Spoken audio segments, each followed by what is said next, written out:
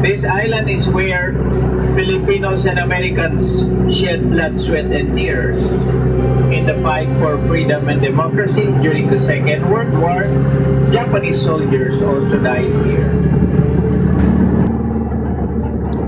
Now, ladies and gentlemen, I know you are very eager to take a photo, but before we go down, in every destination, before we go down, let me give you first a brief backgrounder. This is called Middleside Barracks. What is a barracks? It is a dormitory for soldiers.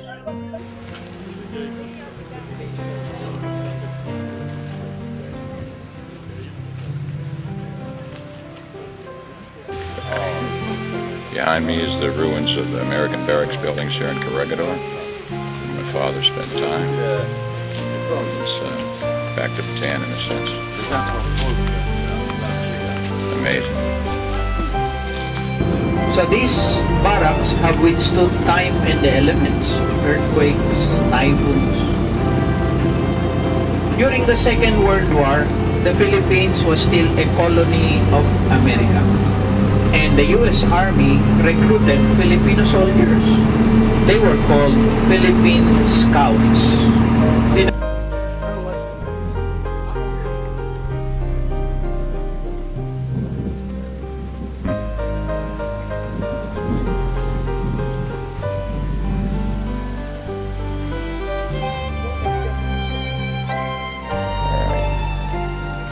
There it is.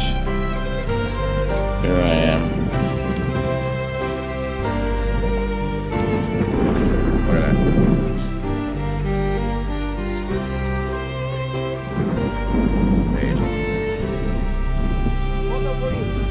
Look at that. When the Japanese bombed Pearl Harbor, December 7, 1941, the U.S. Navy was crippled. The sea lanes in Asia were now open to Japanese conquest. The Japanese army predicted they can capture the Philippines in 5 weeks. That is their timetable. Instead of 5 weeks, it took them 5 months to capture the Philippines. See the difference, huh? 5 weeks to 5 months. For what reason? The Japanese army was delayed in Bataan 4 months and 1 month in Corregidor. That's why the Japanese army never reached Australia. They only reached Papua New Guinea.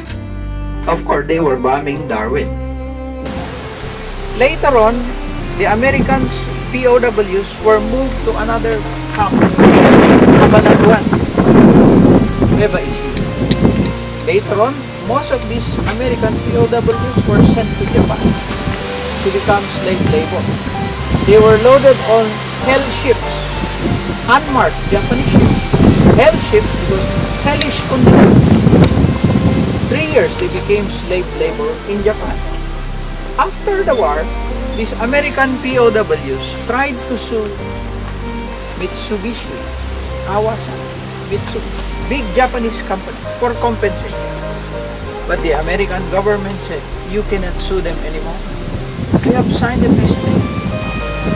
Instead, the American government paid them $1.50 for every day that they were slave labor. We will not yet go down. I will explain first. This is the Pacific War Memorial, built 1968 during the time of President Ferdinand Marcos. This memorial is dedicated to Filipino and American soldiers. Can you see that statue there? That's a Filipino and American soldier.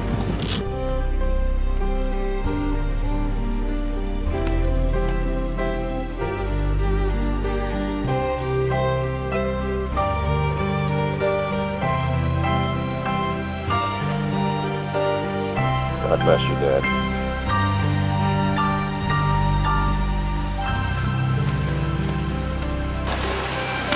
God bless you, my son, Thomas Lee. Without you, I wouldn't be here. Without Dad, I wouldn't be here, and you wouldn't have been here. I love you both. I'm so proud of you both.